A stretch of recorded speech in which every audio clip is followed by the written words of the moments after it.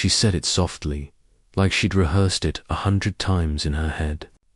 I need some time to figure myself out. Please, don't contact me during this. Her voice was steady, no tremble, no hesitation, no trace of emotion. It didn't sound like someone hurt or confused.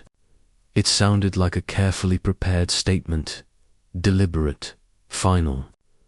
I looked straight into her eyes, but they no longer reflected me the way they used to. They were empty, fogged over, like glass on a cold morning. I just said one short sentence, all right. No arguing. No asking why. No pleading. When someone's already built a wall around their decision, every attempt to reason or explain just becomes noise. The door closed behind her with a dry click, soft, but it echoed for a long time. I stood in the empty room where her perfume still lingered in the air. That faint floral scent I used to find comforting now made my skin crawl. For the first few days, I actually did what she asked. No texts, no calls, no checking her social media. I cut off every small habit that used to revolve around her. No checking Messenger every morning. No glancing at my phone mid-work. No unconsciously searching her name in the online list. I kept silent like a soldier following orders. At first, the silence was unbearable, but then it began to feel oddly pure. No guessing her moods, no walking on eggshells, no asking, "Are you okay?" and getting empty answers. It was just me, and the thoughts I'd avoided sorting out for too long. But silence is like a sealed room. The longer you stay inside, the less air there is to breathe. Around day 5, a strange feeling began to rise in me. Not exactly suspicion, more like instinct. That quiet, uneasy tug that tells you something's happening just beyond your line of sight. Even before she said she needed space, I'd felt something was off. The delayed replies, the distant tone over the phone, the way her eyes stopped meeting mine. Our meets got shorter, her excuses got longer. I'm tired, I've been busy, I just need some quiet. I wanted to ask what was really going on, but part of me was terrified of the answer, so I stayed silent, thinking maybe she really just needed time. I wanted to believe that. Until the day everything cracked open quietly, stupidly. That afternoon, I was at my brother's house, having a lazy lunch. He turned on the TV. I was scrolling through my phone, half bored. Then her name popped up in my suggested posts. It was a photo from her mum's page. A bright cafe seen 2 women smiling under the sunlight. Orange juice glasses on the table beside neat plates of salad. The caption read, "My beautiful daughter, always deserving the best." She tagged her in it. I stared at the screen. Even though her account was private, the tag made the photo visible. And in that fake, peaceful afternoon, I felt something inside me pull tight just enough to know something was wrong. I read the comments. Most were harmless, polite, but one stood out. "Looks like she's finally being loved right." Another replied, "Her new guy seems nice." No one corrected it. No one denied it. And she tagged visible, present said nothing. I didn't feel rage or jealousy, just a sharp, clean awareness. Suddenly, all the puzzle pieces started fitting together. I remembered when she started saying things like, "I just need to find myself again," and "I need some space." Remembered the way her eyes darted away whenever I asked simple questions. I remembered the night she said she was going to yoga class but came home 2 hours later, offering no real explanation. I opened my notes app and started writing things down. Not to accuse, not to lash out, just to organize. I needed clarity to know where exactly I stood in this story that suddenly felt like it had only one author. I listed dates, times, small changes in her tone, her eyes, her texts.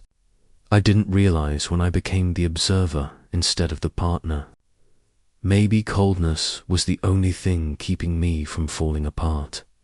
3 days later, one of her friends posted a story, a group of 4 at an outdoor bar. I almost skipped past it, but something caught my eye. There she was, hair tied up, white dress, laughing naturally, like none of the last few weeks had ever existed. Next to her, a tall man, his hand resting lightly on the back of her chair. Not touching Herb, but close enough that the space between them said more than any caption could. I stared at that image for a long time, then took a screenshot and saved it. Didn't send it to anyone. Didn't text her. I didn't feel anger or pain. Just a vast, empty quiet, and in that quiet, a strange kind of calm that felt almost unnatural. If she thought no contact meant I'd disappear, she was wrong. I didn't vanish. I stepped back. I observed, because silence is the sharpest weapon there is. It doesn't destroy outright. It lets people hear the sound of their own lies echoing. From that moment on, I wasn't the one being left behind. I was the one watching the ending unfold, and I knew sooner or later she'd reveal everything herself. I didn't text her. I didn't comment, didn't like any of her posts. I didn't ask mutual friends about her either.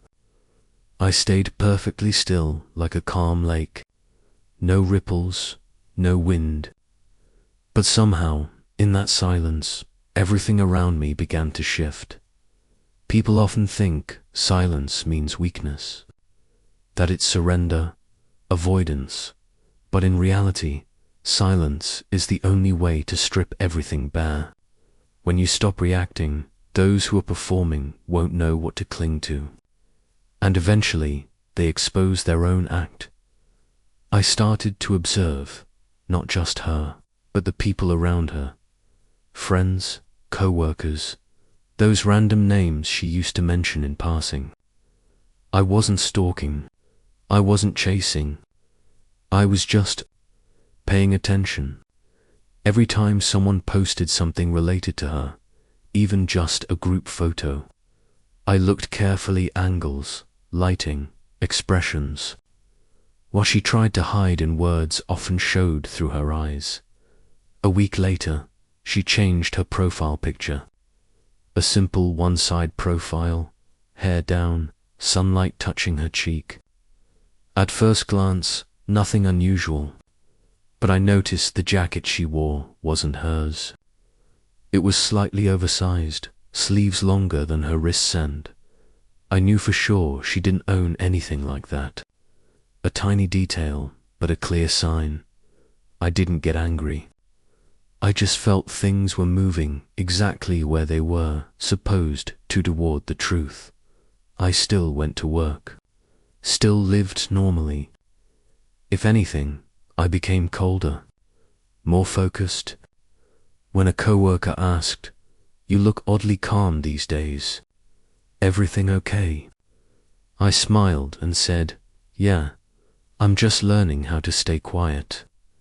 At night, I often sat alone in a dim room, only the desk lamp on. I opened my notes. The list of details I'd been keeping was getting longer by the day. Not because I wanted to control her, but because I needed to keep my mind clear.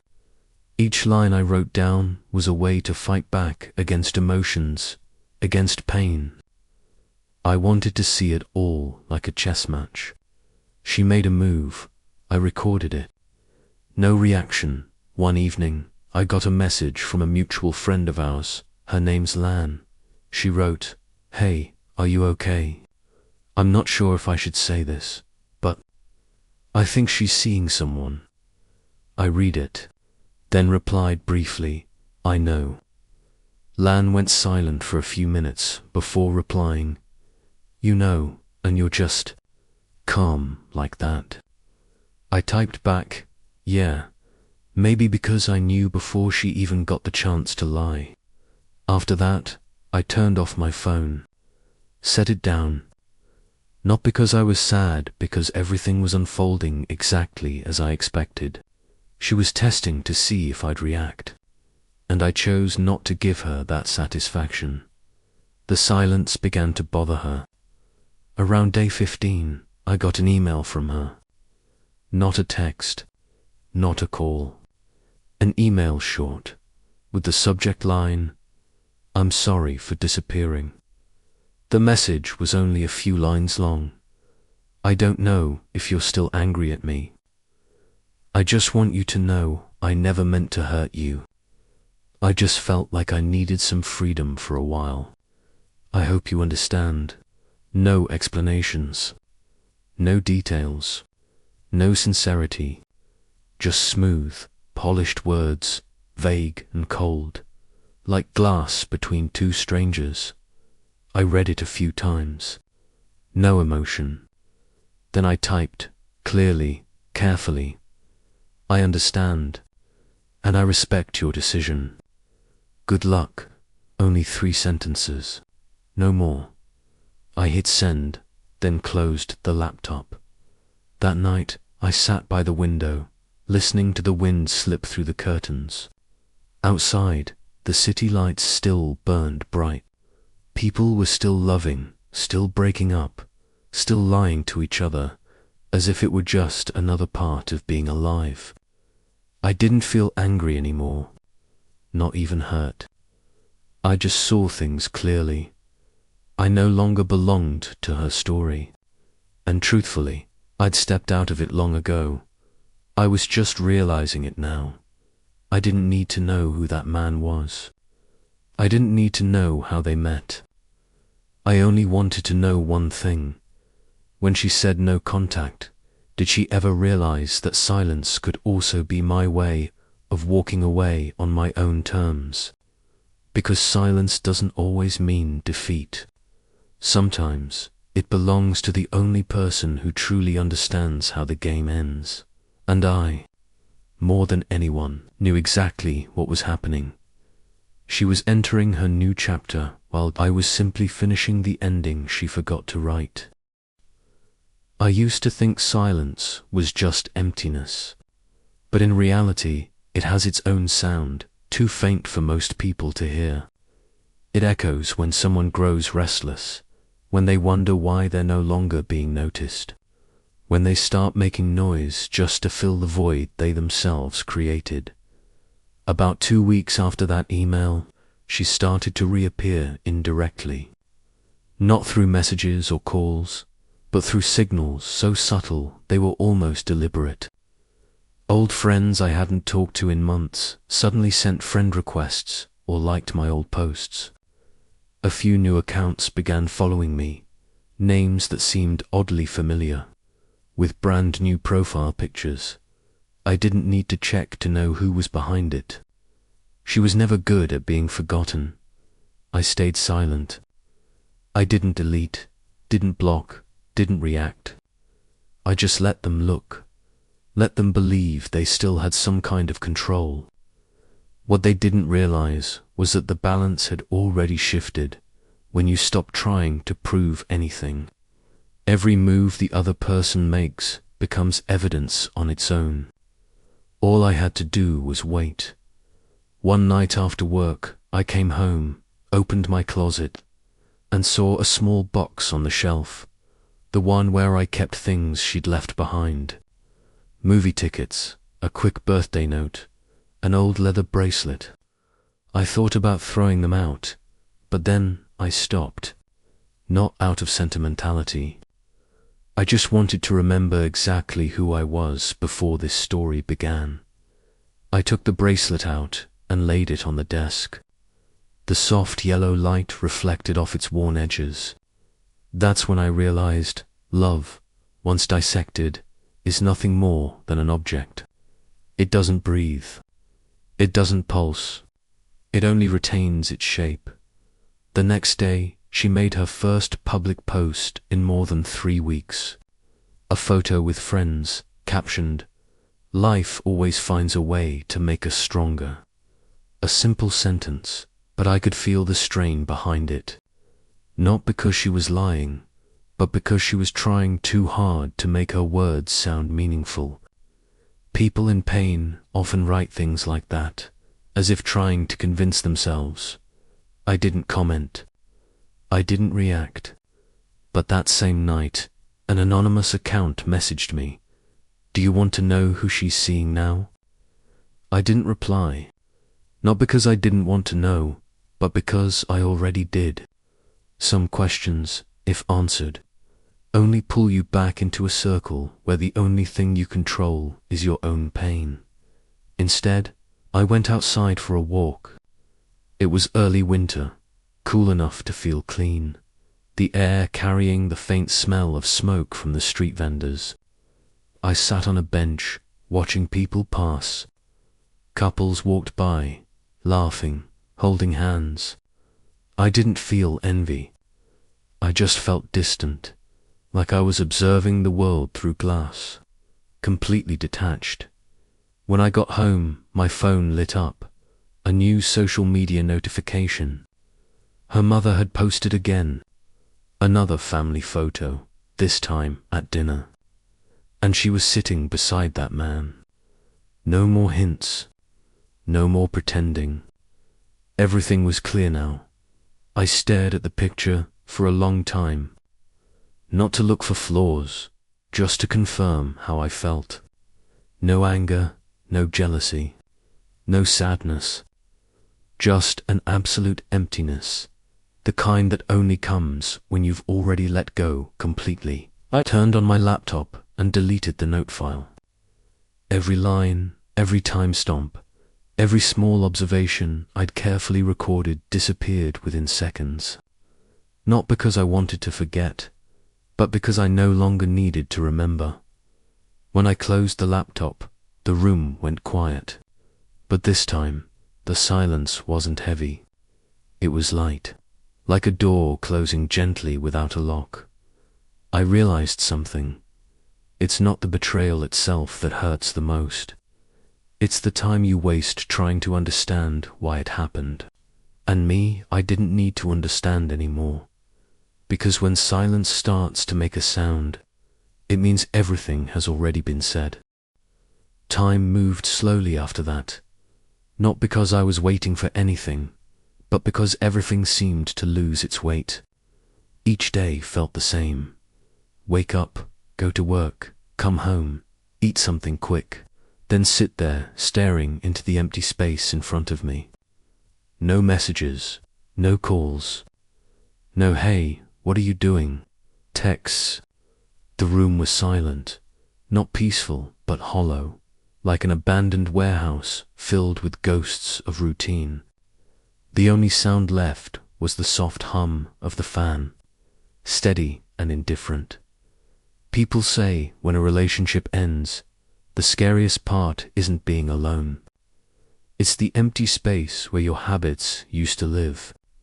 She wasn't here anymore, but she was everywhere. In the morning coffee, the song that randomly came on, the faint scent on a jacket I hadn't worn since spring. I didn't try to forget her. I just let things fade naturally, like water slipping through my fingers. Sometimes Lan, a mutual friend, would text to check in. "She doesn't look great," she said once. "She's been tired lately." Not smiling much. I just replied, maybe because she doesn't have anyone left to blame. I didn't say it with bitterness. It was simply the truth. When you run out of people to blame, you're forced to face yourself, and that's always the hardest part. One evening, my phone rang from an unknown number. I almost didn't pick up, but curiosity won. A soft voice came through, one I knew immediately. It was her. "Hey," she said quietly. "Are you doing okay?" "I'm fine," I answered. A pause. Then she whispered, "I just wanted to know. Are you still mad at me?" I smiled, though she couldn't see it. "No," I said. "I just don't believe you anymore." Silence. I heard her breathing, shaky, restrained, like she was fighting the urge to cry. "I didn't think things would end up like this," she said. "And where did you think they would go?" I asked. No answer. Just another sigh. Then the line went dead. I set the phone down and stared at the black screen. Part of me felt lighter. Another part felt colder, because I realized she didn't call to make things right. She called to see if she still mattered, and for the first time, I didn't give her that comfort. After that call, she started showing up again, not in person, but online. Vague posts. Subtle captions. Those cryptic "some things can't be said out loud" kinds of messages. I knew what she was doing. It was her way of talking to me without saying my name, but I didn't respond.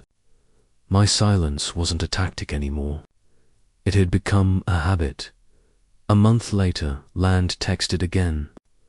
"Hey, she broke up with that guy." I replied, "Yeah."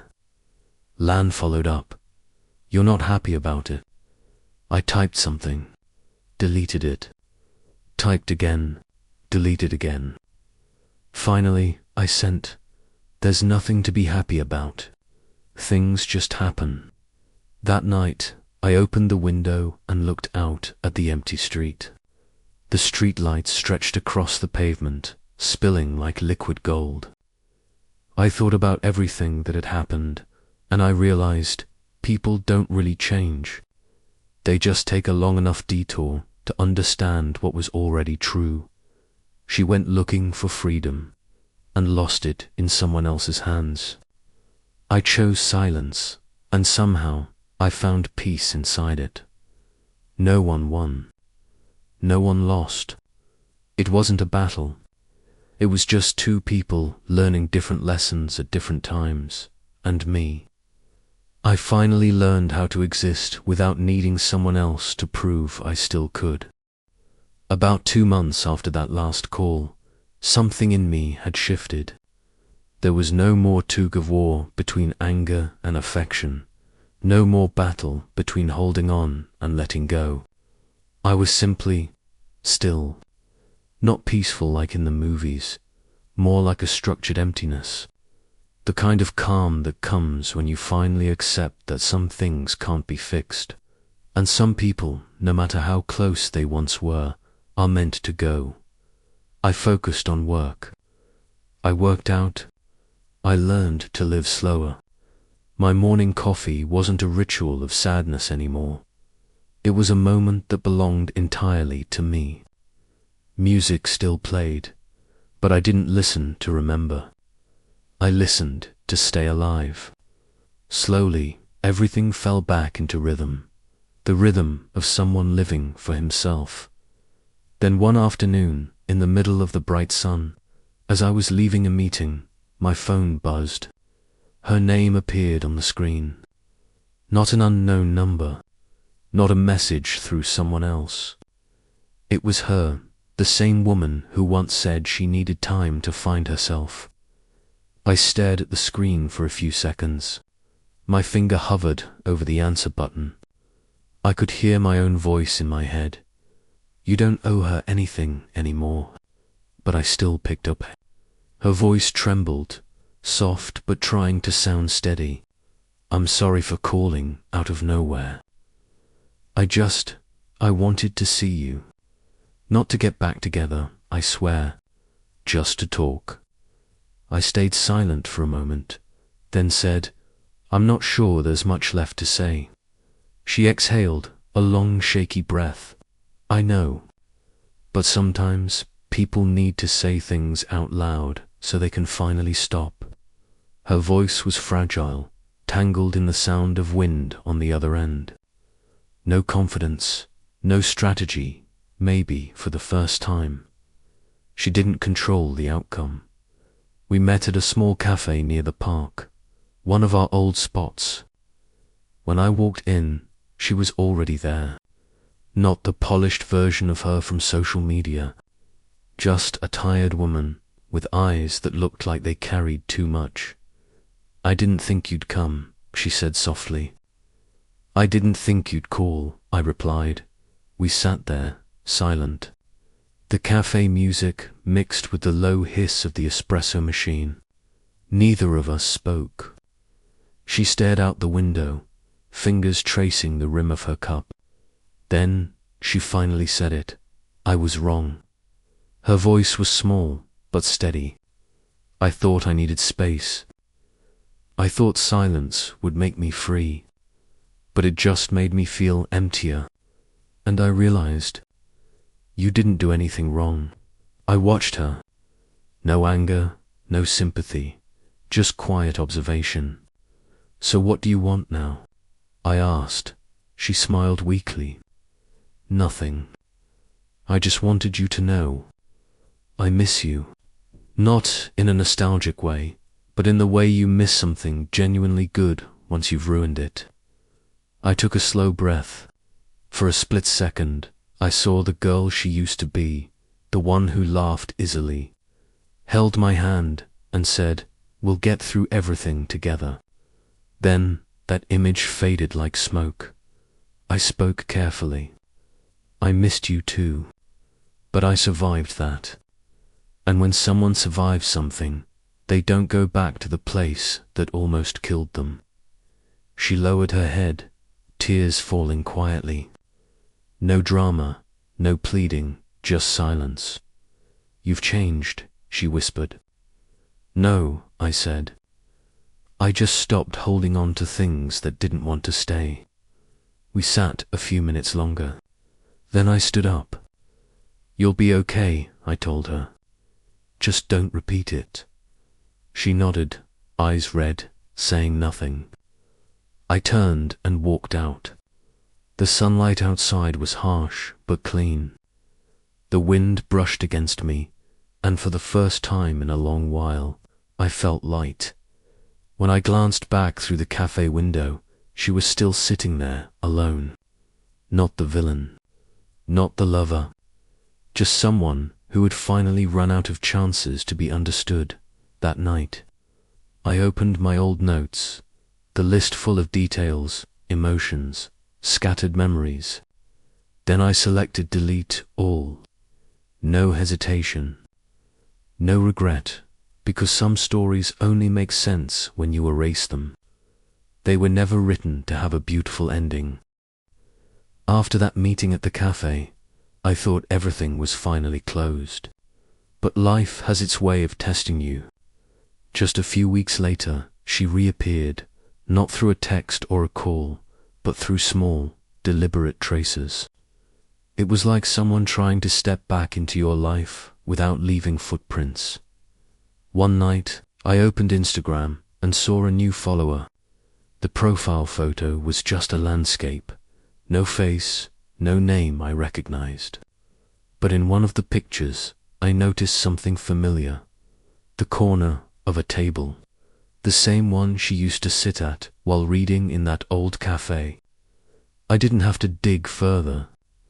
I knew it was her. I didn't block her, and I didn't follow back. I just left it there, like standing in front of a mirror, looking at a reflection of the past without touching it.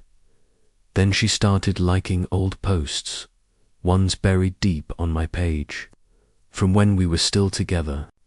Maybe she thought I'd notice, that I'd react, that I'd remember. But what she didn't know was that I'd already outgrown the need to prove anything. I didn't need validation anymore, and I definitely didn't need pity.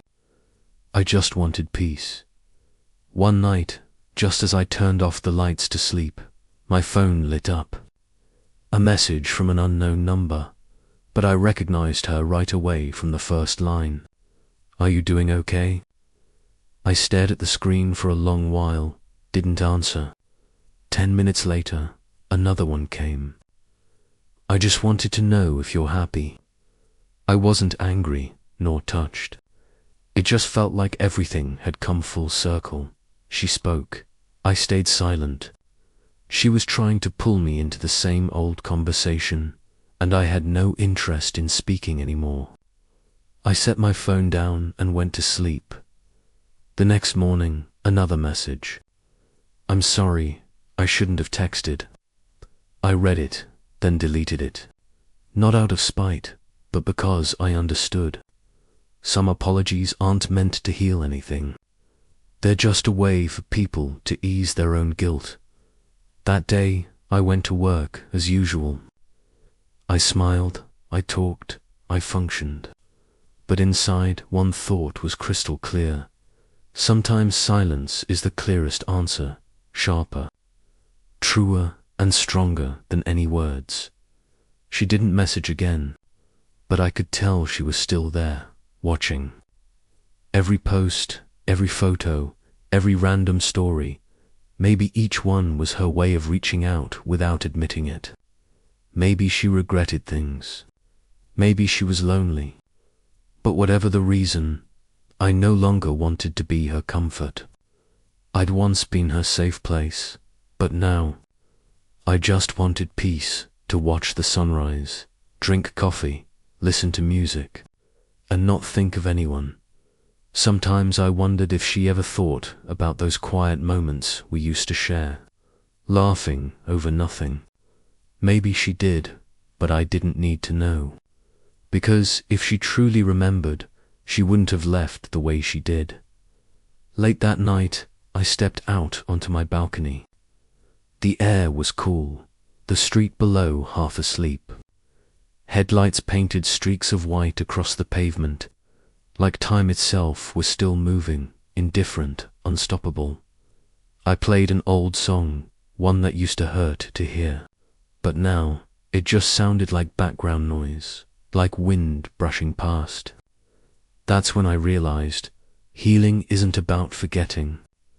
It's when remembering doesn't hurt anymore. My phone buzzed. Someone viewed your story. I saw the name, smiled faintly. No anger, no sadness, no affection. Just a name belonging to someone who'd once walked out of my story. And me, I had finally learned how not to walk back. Silent, but this time, it was the silence of peace. Time passed faster than I expected. Everything that once made me restless and hurt now feels like an old film, blurry, but still somewhere in memory. No anger, no regret, no waiting. I just realized that everything had reached its end, and sometimes endings don't need a slammed door, just silence. One Sunday morning, while making coffee, I stumbled upon her post online. She was smiling, wearing a new dress, standing next to a man I didn't know. There was no sting, no tightness in my chest like before. I just scrolled past, as if it were a headline that had nothing to do with me. What made me smile wasn't her happiness. It was the fact that I could look at that picture and feel absolutely nothing. I used to think healing meant she'd come back and apologize, or that I'd finally get to say everything left unsaid. But now I understand healing means not needing that anymore. It's when you can stand before old memories and not feel like they're pulling you back. Started cleaning up my apartment, the place that had held too many memories. Her forgotten sweater, our photo, the movie ticket. All of it went into a small box. I didn't throw it away, I just put it aside. Not to keep, but to say goodbye. Some things deserve to be let go quietly. The same way you close a book you've read too many times. That afternoon, I went to the park nearby. The sun was setting, stretching its light across the lake like a thin ribbon. Kids were laughing, old folks strolling, the world moving slowly and softly. I sat on a bench, took a deep breath. For the first time in a long while, I felt truly free, not because someone gave it to me, but because I finally took it back. She once said, I need time to find myself again. Maybe, in the end, the one who truly found themselves wasn't her, it was me. I learned how to be silent without feeling lonely, how to let go without feeling empty, how to remember without pain. That night, as the wind brushed through my window, I opened my laptop and started a new page. Not to rewrite the past, but to write something new, a story without her, but with me. Calm and whole, I realized that among all the things that had broken, one thing remained, the strength to stand up and smile again. I closed the laptop and looked out the window. The city was glowing, the hum of traffic blending with the wind. Life went on, and so did I. No one left to wait for, no one left to blame, no one left to prove anything to just me. The person who walked through the wreckage and understood that when the game ends, it's not about who won or lost, but who knew how to leave the table with peace. And this time, I left. No anger, no regret, no turning back, because, in the end, silence is just another way of saying, I'm truly done.